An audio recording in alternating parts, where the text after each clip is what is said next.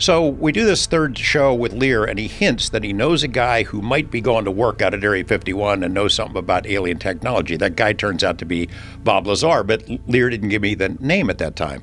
A couple months later, I am anchoring the 5 o'clock news on KLAS, and we have a nightly or evening interview segment, 5-minute segment, live interview.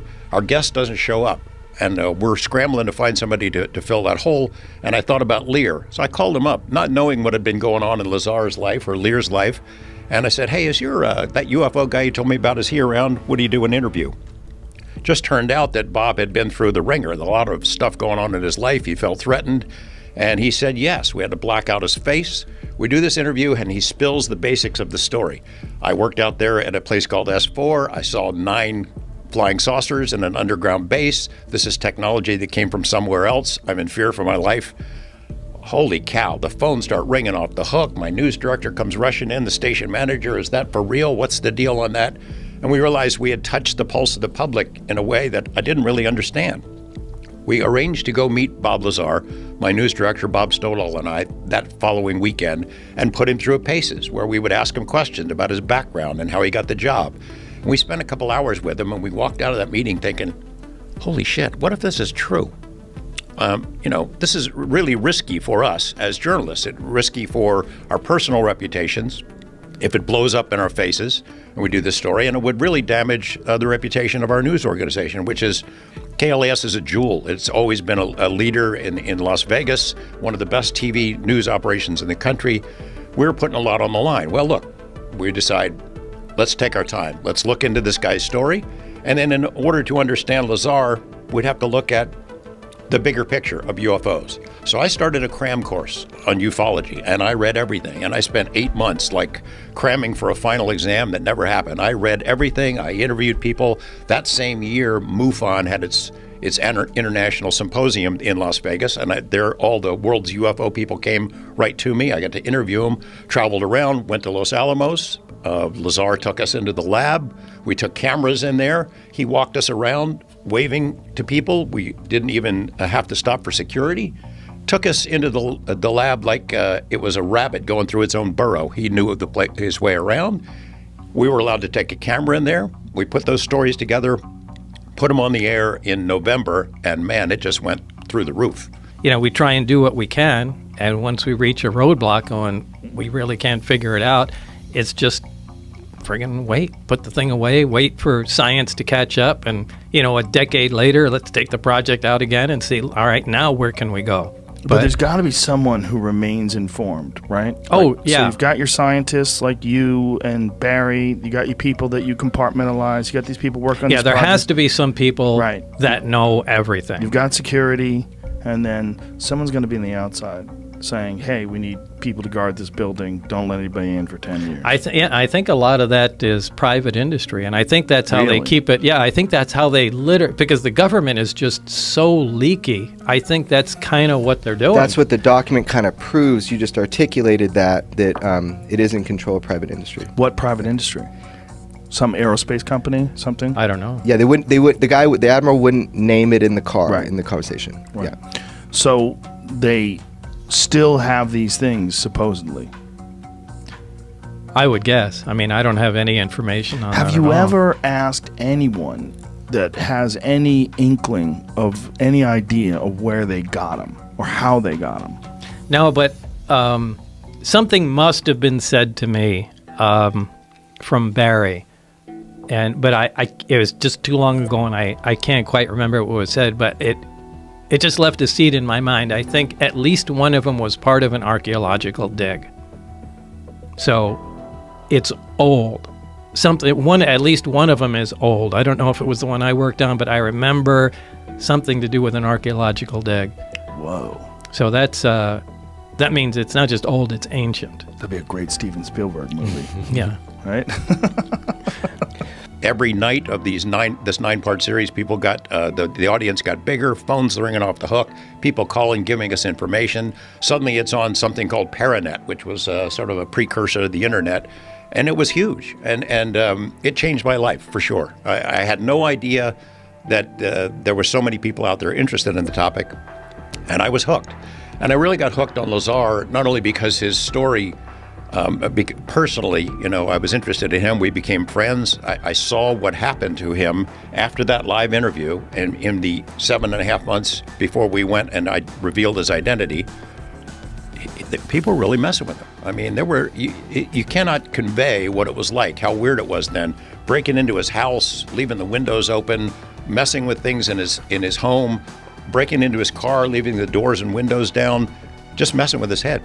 And you think that was the government that was doing that? Yeah, I do. I think so. And then, so I had put out a call to people, hey, I want other people to come forward. This was before his identity was revealed. Yeah, we should explain this. I am actively seeking information from the public. If you ever worked at Area 51 or S4, you know anything about this, you're at Nellis Air Force Base, reach out to me. So I started getting calls, and 6 people right in a row who had talked to me on the phone and offered to give me information were visited right after the call.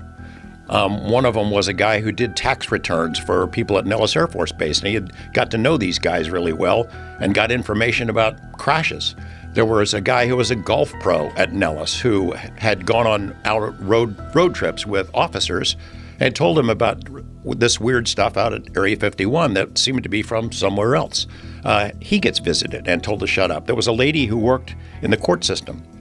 A cop told me about her, and I talked to her on the phone, and she had worked at the court system, but before she had worked for a company called Holmes and Narver, which is a defense contractor. And she said she sat in as a stenographer in these meetings and heard these conversations between the government contractors and Air Force officials about crashed saucers. And they would, after the meeting, they'd take the tape out of the typewriter and destroy it and take all the notes, and she agreed to tell me this story. It was just a tiny piece of the story. The next day, she's visited by these 2 guys in suits.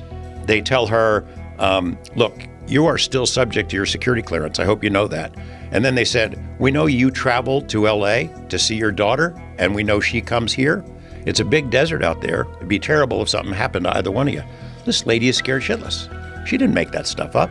So 6 people who had offered to give me information on the phone, one right after another, get visited, and it made me mad. Bob Lazar has been a controversial figure in the world of UFOs for decades, ever since he came forward with claims of working on reverse engineering alien technology at a site near Area 51. Known for his detailed accounts of alleged extraterrestrial crafts and propulsion systems, Lazar's revelations in the late 1980s have sparked endless debates about the existence of UFOs and the extent of government secrecy. So, when breaking news surfaced of unknown UFO drones flying over New Jersey and New York, many turned to Lazar for insight. How would he interpret this footage? Could these sightings be connected to the alien technologies he described decades ago? The reports from New Jersey and New York have reignited interest in UFO phenomena worldwide. Eyewitnesses and videos depict glowing orbs and drones maneuvering in ways that seem to defy physics. They dart, hover, and change direction with a precision that conventional aircraft cannot achieve. Speculation about their origins has ranged from experimental military technology to extraterrestrial craft. And for someone like Bob Lazar, who has spent much of his life trying to shed light on hidden truths, these sightings raise critical questions. Before we delve into Lazar's reaction to these sightings, let's revisit the core of his story. In 1989, Lazar claimed he worked at a site called S4 near Area 51. According to him, the facility was a top-secret laboratory where scientists were tasked with reverse engineering alien spacecraft. Lazar detailed one specific craft that he called the Sport Model, which he said used an anti-gravity propulsion system powered by element 115, a then theoretical element that supposedly created a gravitational field around the craft. This allowed it to perform maneuvers that seemed impossible by conventional physics. One of the most striking aspects of Lazar's account is the way he described the motion of these crafts. He claimed that the technology allowed for instantaneous acceleration, abrupt changes in direction, and hovering without any visible means of propulsion. Sound familiar? These are the same characteristics being reported in the New Jersey and New York UFO sightings. This is where Lazar's insights become particularly relevant. Lazar has often stated that the technology he allegedly worked on at S4 was far beyond anything humans could have developed at the time. He argued that it wasn't just a leap in technology, it was a paradigm shift, something so advanced that it would require an entirely new understanding of physics. So, when reports of UFO drones performing similar maneuvers surface in major metropolitan areas, Lazar's claims inevitably come back into focus. When asked about the recent sightings, Lazar's reaction was both unsurprised and cautious. Over the years, he has maintained that UFOs, or more specifically, advanced crafts like the ones he described, have been present on Earth for a long time. From his perspective, the sightings over New Jersey and New York are consistent with what he's been saying for decades. Lazar suggested that the crafts observed in the recent footage could be similar to the ones he allegedly encountered at S4. However, he also raised an important question. Are these objects extraterrestrial in origin? Or could they be the result of humans successfully reverse engineering alien technology? For Lazar, this distinction is crucial. If these drones are human-made, it would indicate that the secretive work he described in the 1980s has borne fruit. But if they are not of human origin, it raises the possibility that extraterrestrial beings are actively observing us, or at least that they're allowing their crafts to be seen.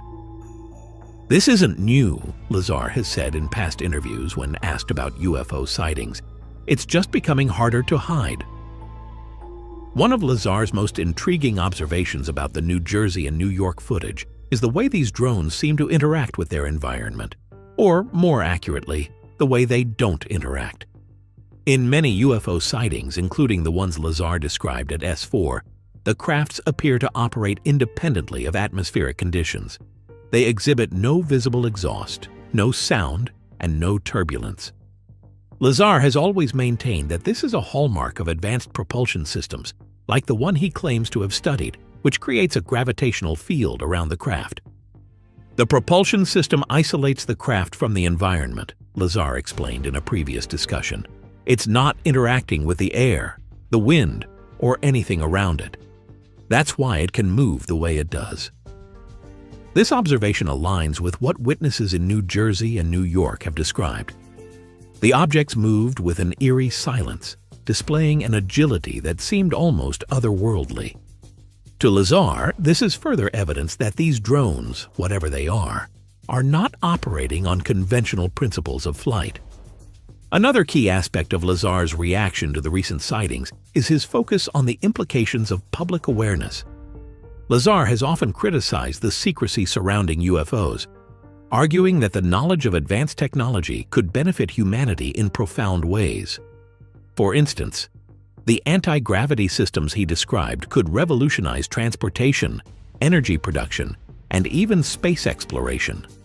However, he also acknowledges that such technology, if misused, could be catastrophic. The technology is incredible, Lazar has said, but the potential for misuse is just as incredible. That's why there's so much secrecy. It's not just about hiding it from the public, it's about controlling it. This sentiment is particularly relevant in the context of the New Jersey and New York sightings. If these drones are human-made, who controls them? Are they in the hands of a government, a private corporation, or some other entity? And if they are not human-made, what does that say about the intentions of whoever or whatever is behind them? Lazar also touched on the timing of these sightings. In recent years, the U.S. government has begun to release previously classified information about UFOs, now referred to as UAPs, unidentified aerial phenomena. The Pentagon has acknowledged that it has no explanation for many of these encounters, and high-profile reports like the 2004 USS Nimitz incident have brought the topic into the mainstream. For Lazar, the timing is no coincidence.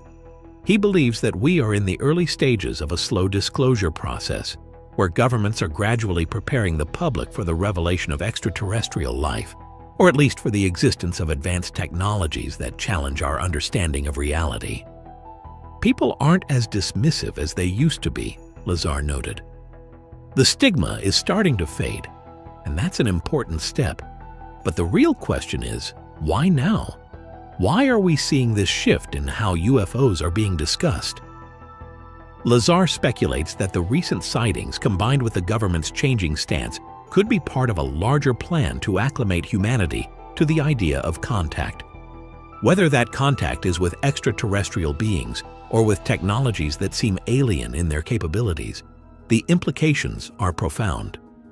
As Lazar's reaction unfolds, he doesn't shy away from addressing the skeptics. He acknowledges that not every UFO sighting is evidence of extraterrestrial craft. Many can be explained by natural phenomena, human error, or even deliberate hoaxes. However, he also argues that the sheer volume of credible reports cannot be ignored. What we're seeing now isn't just lights in the sky, Lazar said. We're seeing patterns, consistencies, and data that point to something real. The question is, what is it? This focus on data is a recurring theme in Lazar's discussions. Despite the controversy surrounding his story, he has always emphasized the importance of evidence. And for him, the footage from New Jersey and New York adds another piece to a puzzle that humanity has been trying to solve for generations. One of the most thought-provoking aspects of Lazar's reaction is his exploration of what these sightings mean for humanity's future. He has often said that the discovery of advanced technologies or contact with an extraterrestrial civilization would be a turning point in human history. It would challenge our assumptions about science, religion, and our place in the universe. If we're not alone, that changes everything, Lazar said. It's not just about UFOs, it's about who we are and what we're capable of. For Lazar, the recent sightings are a reminder that the universe is far more complex and mysterious than we often realize. They are an invitation to look beyond the boundaries of what we think we know and to embrace the unknown with curiosity and humility. As the discussion comes to a close, Lazar leaves us with a message that is both cautionary and hopeful. He urges us to approach the UFO phenomenon with an open mind, but also with a critical eye. He reminds us that the pursuit of knowledge is never easy, but it is always worth it. Whether these crafts are from another world or from our own, they represent something extraordinary, Lazar said, and it's up to us to figure out what that is. The recent footage of unknown UFO drones over New Jersey and New York has captivated the world, sparking questions that go to the very heart of who we are. And as Bob Lazar's reaction shows, these questions are not just about UFOs, they're about the limitless potential of human understanding. The conversation about UFOs, sparked by the sightings in New Jersey and New York, has grown into something much larger than a simple debate over lights in the sky. For Bob Lazar, these events serve as yet another reminder that the truth about UFOs is not only elusive, but deeply entwined with questions of power, secrecy, and the human spirit's innate desire to understand the unknown. Lazar's life and work have revolved around these themes, and the recent sightings provide a unique opportunity to revisit his claims with fresh eyes. To fully grasp Lazar's reaction, we must first consider the broader implications of what he has described over the years. The technologies he claims to have encountered, anti-gravity propulsion, energy generation using element 115, and crafts that seem to operate outside our understanding of physics, represent a paradigm shift that could fundamentally alter life as we know it. For Lazar, these technologies aren't just theoretical. They are, according to his account, very real, and they challenge humanity's current grasp of science. The New Jersey and New York sightings share striking similarities with Lazar's descriptions. Witnesses have reported crafts that maneuver with unparalleled precision, changing direction and accelerating in ways that defy inertia. These behaviors align with the capabilities Lazar attributed to the alien technology he worked on. But the significance of these sightings goes beyond the technical details. They raise profound questions about who or what is controlling these objects, and why they are appearing now in some of the most populated areas of the United States. Lazar's reaction to these sightings underscores his belief that we are living through a pivotal moment in history. He has long argued that the secrecy surrounding UFOs is unsustainable in the face of mounting evidence. The footage from New Jersey and New York is part of a growing body of data that is becoming increasingly difficult to dismiss. From the Tic Tac UFOs observed by Navy pilots to the declassified Pentagon reports, a clearer picture is beginning to emerge, one that points to the presence of advanced, non-human technologies. For Lazar, the question is not whether these sightings are real, but what they mean. Are they evidence of extraterrestrial visitation, as he has long suggested? Or could they be the result of human innovation potentially derived from reverse engineering alien technology? Lazar has always maintained that the work he did at S4 was part of a broader effort to understand and replicate alien propulsion systems. If these drones are human-made, it would suggest that significant progress has been made in secret. But if they are not, it opens the door to even deeper mysteries. One of the key themes Lazar touches on in his reaction is the role of fear and control in the UFO narrative. He has often said that the secrecy surrounding these technologies is driven not only by the potential for misuse, but also by the fear of losing control. Advanced propulsion systems, for example, could render current energy markets obsolete. Anti-gravity technology could revolutionize transportation, but it could also destabilize economies and military power structures. Think about what happens if this technology becomes public, Lazar has said. It's not just about flying cars or free energy. It's about the entire structure of society changing overnight. This perspective is particularly relevant in the context of the New Jersey and New York sightings. If these drones represent a breakthrough in technology, whether human or extraterrestrial, their public appearance could be a deliberate signal, a way of forcing governments and institutions to acknowledge their existence. Lazar has speculated that such events could be part of a slow disclosure process, a way of acclimating the public to the reality of advanced technologies or even extraterrestrial life. Lazar also addresses the psychological and cultural impact of these sightings. He acknowledges that the idea of UFOs still carries a stigma, despite growing evidence and public interest. This stigma has often been used to discredit witnesses and researchers, creating a barrier to serious investigation. But Lazar believes that this is changing. The New Jersey and New York sightings, like many others in recent years, have been captured on high-quality video and corroborated by multiple witnesses. These factors make them harder to dismiss and easier for the public to engage with. The more people see these things for themselves, the harder it becomes to deny, Lazar says. At some point, the evidence speaks for itself. This shift in public perception is a significant development. For decades, the UFO phenomenon was relegated to the fringes of science and culture, dismissed as the domain of conspiracy theorists and hobbyists. But today, it is becoming a legitimate field of inquiry, attracting attention from scientists, journalists, and even governments. Lazar sees this as a positive step, but he also warns against complacency. The search for truth requires not only open-mindedness, but also rigorous investigation.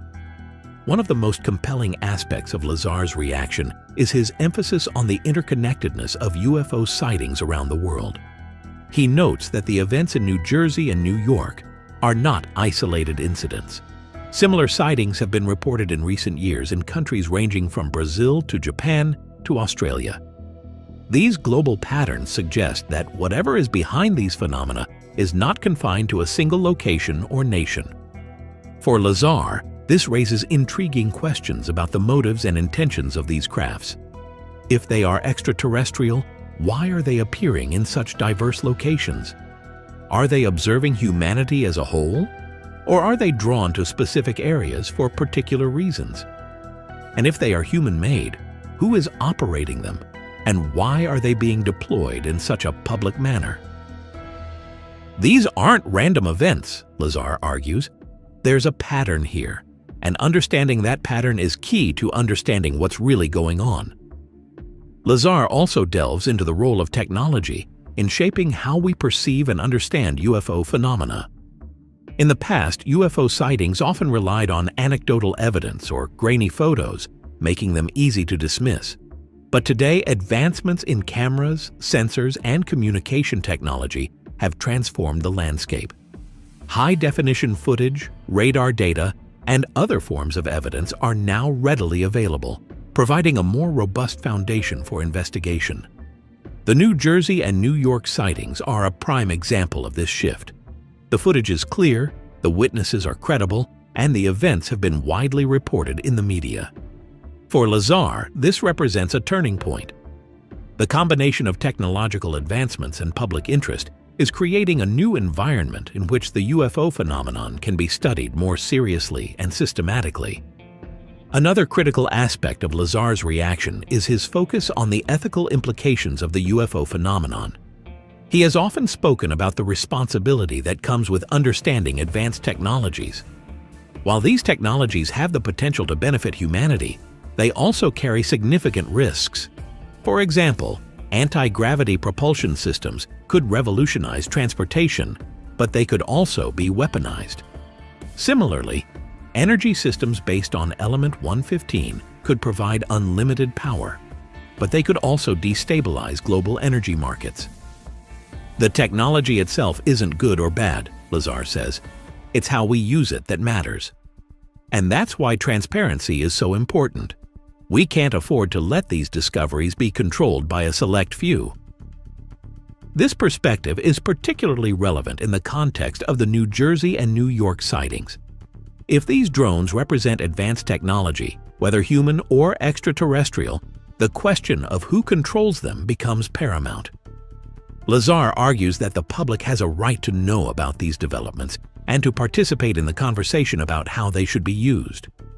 As Lazar reflects on the broader implications of the sightings, he also acknowledges the limitations of what we currently know. Despite decades of research and investigation, the UFO phenomenon remains one of the greatest mysteries of our time. For every piece of evidence that brings us closer to understanding, new questions arise, pushing the boundaries of science and imagination. For Lazar, this is both a challenge and an opportunity. He believes that the search for truth is not just about finding answers, but about asking better questions. The New Jersey and New York sightings are a reminder of how much we have yet to learn, not only about UFOs but about the universe itself. The universe is far more complex and mysterious than we can imagine, Lazar says, and that's what makes this journey so exciting. Every new discovery, every new sighting is a step closer to understanding who we are and where we fit in the grand scheme of things. Lazar concludes his reaction with a message of hope and curiosity. He encourages people to approach the UFO phenomenon with an open mind and a critical eye, to embrace the mystery rather than fear it.